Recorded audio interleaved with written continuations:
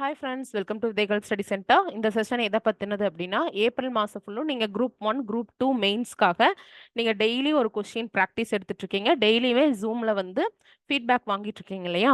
So April month complete ஆக போகுது. அடுத்தது மே மந்த்துக்கு நீங்கள் வந்து ரெஜிஸ்டர் பண்ணிக்கோங்க. இந்த நம்பருக்கு கால் பண்ணி ரெஜிஸ்டர் பண்ணிக்கோங்க.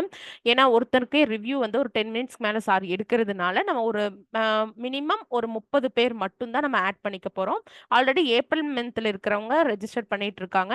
ஸோ மற்றவங்க இப்போ வீடியோ புதுசாக பார்க்குறவங்க நீங்கள் இந்த நம்பருக்கு வந்து ரெஜிஸ்டர் பண்ணிட்டு மே ஃபர்ஸ்ட்ல இருந்தே உங்களுக்கு ஃபர்ஸ்ட் கொஸ்டின்ல இருந்து நம்ம போட ஆரம்பிச்சிடும். ஓகேங்களா? இந்த ப்ரொசீஜர் தெரிஞ்சவங்களுக்கு ஓகே, தெரியாதவங்க நான் இன்னொரு டைம் இந்த ப்ரொசீஜர் பற்றி சொல்கிறேன். ஓகேங்களா? நீங்கள் குரூப் 1 படிக்கிறவங்களா இருப்பீங்க, குரூப் 2 படிக்கிறவங்களா இருப்பீங்க. ப்ரிலிம்ஸ்க்கு நோட்டிஃபிகேஷன் வந்ததுக்கப்புறம் நம்ம அதை தான் கான்சென்ட்ரேட் பண்ணுவோம். அது முடிஞ்சிட்டு மெயின்ஸ்க்கு கண்டென்ட் அப்படியே நம்ம டெவலப் பண்ணி படிச்சுட்டே இருப்போம். அதுக்கு முன்னாடி ப்ரீ பேஸ்லயே நம்ம என்ன பண்ணிடணும், நோட்டிஃபிகேஷன் வரக்கு முன்னாடியே நம்ம எழுதுறது ஹேண்ட் ரைட்டிங்ல இருந்து, பிரசன்டேஷன்ல இருந்து, த வே ஆஃப் ரைட்டிங்ல இருந்து, கண்டென்ட் டெலிவரியில இருந்து எல்லாமே நம்ம தெரிஞ்சுக்கணும். ஸோ அது வந்து முழுசா உட்காந்து ஒரு 300 மார்க் டெஸ்ட் போட முடியாது. அப்ப நம்ம என்ன பண்றோம், டெய்லி ஒரே ஒரு கொஸ்டின் ப்ராக்டிஸ் பண்றோம். சிறுதுளி பெருவெள்ள மாதிரி டெய்லி ஒரே ஒரு மெயின்ஸ் கொஸ்டின் போஸ்ட் பண்ண போறோம். அதை நீங்க எழுத போறீங்க, எழுதி ஸ்கேன் பண்ணி அனுப்ப போறீங்க. அதுக்கு வந்து 1-on-1 ஃபீட்பேக் வந்து வாங்க போறீங்க. ஓகேங்களா? இதுதான் இந்த ப்ரொசீஜர். இந்த ப்ரொசீஜர் நம்ம ஏப்ரல்ல ஸ்டார்ட் பண்ணோம். ஏப்ரல் 1ல இருந்து நம்ம ஸ்டார்ட் பண்ணோம். 1 மந்த் கம்ப்ளீட் ஆயிடுச்சு. மறுபடியும் அடுத்தது மே மந்த்துக்கான கொஸ்டின்ஸ் எல்லாம் வரப்போகுது. ஸோ அதுக்கு நீங்க ரெஜிஸ்டர் பண்ண போறீங்க. ஓகேங்களா? ஸோ அது பாருங்க. சிலருக்கு வந்து சிலர் நினைப்பாங்க எனக்கு மெயின்ஸ் எல்லாம் வராதுப்பா அப்படின்னு சொல்லி நினைக்கிறவங்க இந்த ஏப்ரல் மந்த் நான் கண் கூட பார்த்துருக்கேன். என்னன்னா 2A 4A போதுன்னு நினைக்கிறாங்க. சரி இது 1 மந்த் தானே ட்ரை பண்ணி பார்க்கலான்னு பார்த்து அவங்க நல்ல ஒரு ஸ்கில், எழுதுற ஸ்கில் இருக்கு, அவங்களுக்கே தெரியல. ஸோ அந்த மாதிரி ஒரு ட்ரை பண்ணி பாருங்க. ஓகேவா? ஏன்னா நம்ம செமஸ்டர் எக்ஸாம்ஸ் எழுதிட்டு வந்திருப்போம். 6 to 12 வரையும் நிறைய பேராகிராஃபா எவ்வளோ புக்ஸ் படிச்சு எழுதி பாஸ் ஆகி நிறைய மார்க் எடுத்து வந்திருக்கோம். இது ஒண்ணுமே இல்லை, நம்ம ப்ரிலிம்ஸ்க்கு படிக்கிறதையே தான் நம்ம மெயின்ஸ்க்கு எழுத போறோம். ஸோ எழுதுறதுங்கிறது பயப்பட தேவையில்லாத ஒரு விஷயம். நிறைய பேர் ஃபோபிக்காரங்க. அதனால நான் இதை டீட்டெயிலாக சொல்றேன்ப்பா.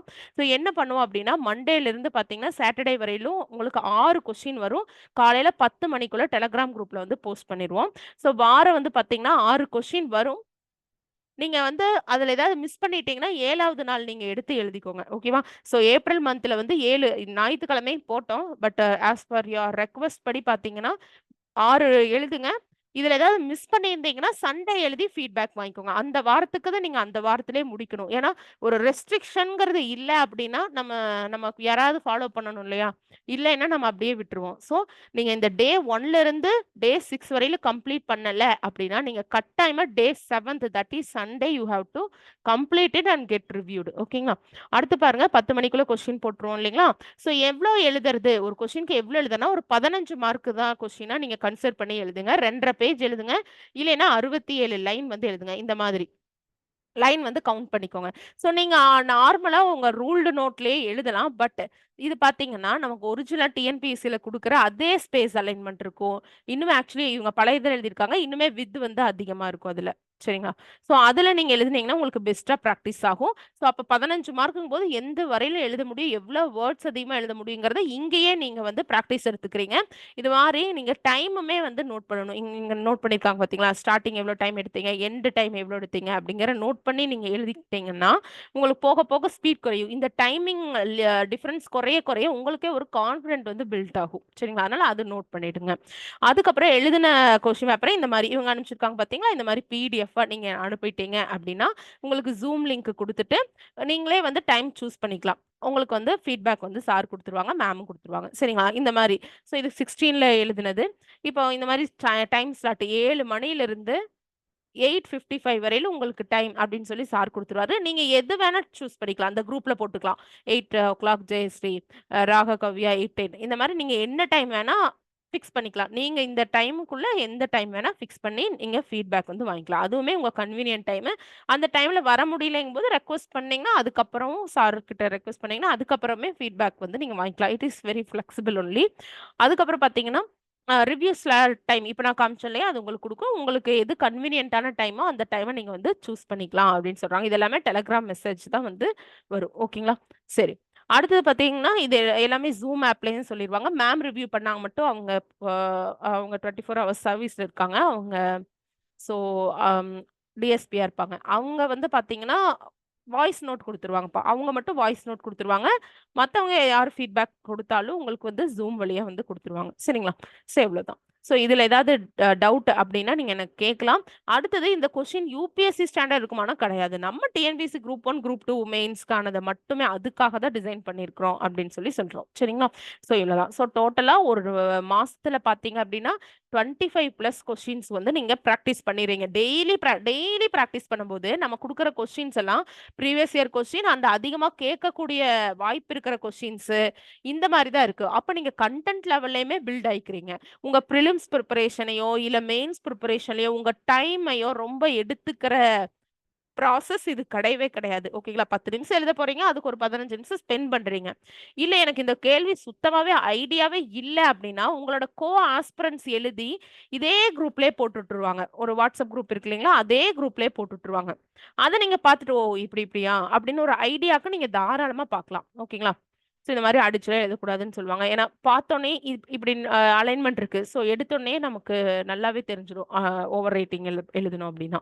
ஸோ இந்த மாதிரி நமக்கு வரும்போது இவ்ளோ இக்கட்டையில நம்ம எழுதக்கூடாது. கொஞ்சம் இந்த பக்கம் தள்ளி எழுதிருக்கலாம் இல்லையா? ஸோ இந்த மாதிரி நிறைய வந்து சார் உங்களுக்கு வந்து சொல்லுவாரு. ஓகேங்களா? ஸோ அவ்வளோதான். அதுக்கப்புறம் 2, 3 பேருக்கு பென் வந்து பார்த்தீங்கன்னா, ஒவ்வொரு இடத்துல வந்து ரொம்ப இங்க் கொட்டி எழுதும். ஸோ பென் சூஸ் பண்றது, பென் சேஞ்ச் பண்றது, இந்த 1, 2, 3 நம்பர் போடலாமா? இல்ல ரோமன் லெட்டர்ல போடலாமா? இது எல்லா விஷயத்தையுமே சொல்லுவாரு. மேக்ஸிமம் இவ்ளோ லைன்ஸ் வந்து விடாமையும் கூட எழுதணும். சரிங்களா? ஸோ இது எல்லாமே உங்களுக்கு 1 on 1 ஃபீட்பேக்ல வந்து சாரும், மேமும் சொல்லிடுவாங்க. நீங்க அத வந்து பார்த்துக்கலாம். சரிங்களா? ஸோ அவ்வளோதான். இது முழுசும் முடிச்சுட்டு, அதுக்கப்புறம் நீங்க இந்த வார்ம் அப் பேட்ச்க்கு நீங்க வந்தீங்கன்னா உங்களுக்கு கரெக்ட்டா இருக்கும். ஏன்னா இது வந்து 150 மார்க்கு. ஒன்லி பார்த்தீங்கன்னா polity, economy, Tamil Nadu administration, Tamil society இந்த 4 சப்ஜெக்ட்ட மட்டும் தான் ஃபோக்கஸ் பண்றோம். 150 மார்க்குக்கு எழுதணும். இப்போ ஏப்ரல் மந்த்ல இருக்கிறவங்க நீங்க ஓரளவு என்ன பண்ணியிருப்பீங்க? எழுதுறது சுத்தமா ஃப்ரெஷரா வந்தவங்க கூட ஓரளவு எழுதுறது எப்படின்னு தெரிஞ்சிருக்கும். அவங்க கூட நீங்க இது பிராக்டிஸ் எடுத்துக்கலாம். யார் ஒருத்தர் மெயின்ஸ் படிக்கிறக்கு, அதாவது பிரிலிம்ஸ் படிக்கும் போதே மெயின்ஸ் ப்ரிப்பரேஷன்ல இருக்காங்களோ அவங்களுக்கு சக்சஸ் சீக்கிரமா கிடைச்சிடும். கிடைக்காதுன்னு சொல்ல முடியாது, சீக்கிரமா கிடைக்கும் அப்படின்னு சொல்றோம். சரிங்களா? ஸோ இது கூட நீங்க வந்து ஃபாலோ பண்ணிக்கலாம். இது இப்ப போயிட்டு தான் இருக்கு இந்த பேட்ச். இந்த பேட்ச் வந்து ஜாயின் பண்ணாலும் பண்ணிக்கலாம். ஓகேங்களா? இல்ல நான் மே மந்த் டெய்லி ஒவ்வொரு கொஸ்டின் எழுதி பிராக்டிஸ் பண்ணிக்கிறேன். அப்புறம் லேட்டர் நான் இதை யூஸ் பண்ணிக்கிறேன்னாலும் இதை நீங்க யூஸ் பண்ணிக்கலாம். இது வந்து பாத்தீங்கன்னா பிரிலிம்ஸ்க்கும் மெயின்ஸ்க்கும் காமனா இருக்கிற டாபிக் தான். பைலிங்குலா மெட்டீரியல் கொடுத்துருவோம். 150 மார்க்குக்கு வந்து டெஸ்ட் இருக்கும். சரிங்களா? இப்ப பாருங்க, இந்த டெஸ்ட் 1 போர்ஷன் வந்து பிரிலிம்ஸ்ல யூனிட் 4லே கவர் ஆகுது, மெயின்ஸ்ல யூனிட் 5லே கவர் ஆகுது. இதுக்கு வந்து ஃபுல்லுமே நம்ம பிரியாம்பிள் பத்தி, சிட்டிசன் இது எல்லாமே நம்ம படிச்சிருக்கோம். இதோட கண்டென்ட் வந்து பைலிங்குலாவும் கொடுத்துருவோம்.